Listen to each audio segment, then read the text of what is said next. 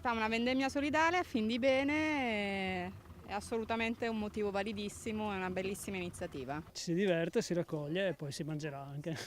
Siamo un gruppo di rumeni, è un divertimento perché non facciamo questo di solito, quindi una giornata al sole in compagnia è bellissimo. Alle Manzane a San Pietro di Feletto, la 7ª edizione della vendemmia solidale, in 400 in festa nel vigneto di Ernesto Balbinot. Intere famiglie e un testimonial d'eccezione. Sammy Basso, il 22enne di Tezze sul Brenta, è intervenuto perché il ricavato del prosecco realizzato con l'uva vendemmiata sarà devoluto all'Associazione Italiana Progeria Onlus. Mattiniero nell'unirsi ai vendemmiatori insieme al presidente del Veneto, Luca Zaia. Lui ha iniziato prima di me comunque. Io non avevo mai vendemmiato sul serio, avevo raccolto altra frutta, ma la vendemmia ha un fascino particolare. Chiunque viene qua a vendemmiare sa che darà il suo contributo alla ricerca e poi proprio il vino che ne verrà fatto darà il suo contributo alla ricerca. Dunque il valore principale è proprio questo. E poi però raggruppa tradizione, cultura e anche voglia di stare insieme, che insomma è il massimo. È una festa, infatti noi la chiamiamo festa della vendemmia, giusto Sammy?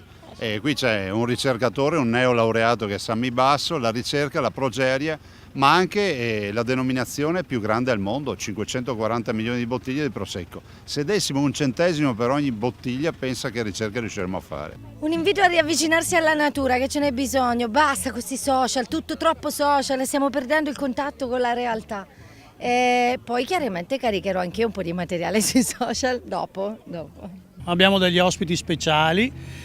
L'uva è bella, non potrà che venire un prosecco superiore ottimo. Oltre al territorio, oltre a tutta la gente che c'è, è una raccolta con il cuore, per cui anche il vino verrà fatto con il cuore. Alle Manzane tappa anche dei partecipanti alla Prosecco Cycling, un breve ristoro prima di affrontare la salita a Ca del Poggio. Un motivo di unire lo sport alla solidarietà, alla vendemmia e di far conoscere anche ai ciclisti di tutta Italia, non solo, perché ci sono anche parecchi esteri, la nostra zona, il nostro territorio. Questi 15 giorni abbiamo carri, canti, gente che vendemmia, tutti contenti, speriamo solo nel bel tempo.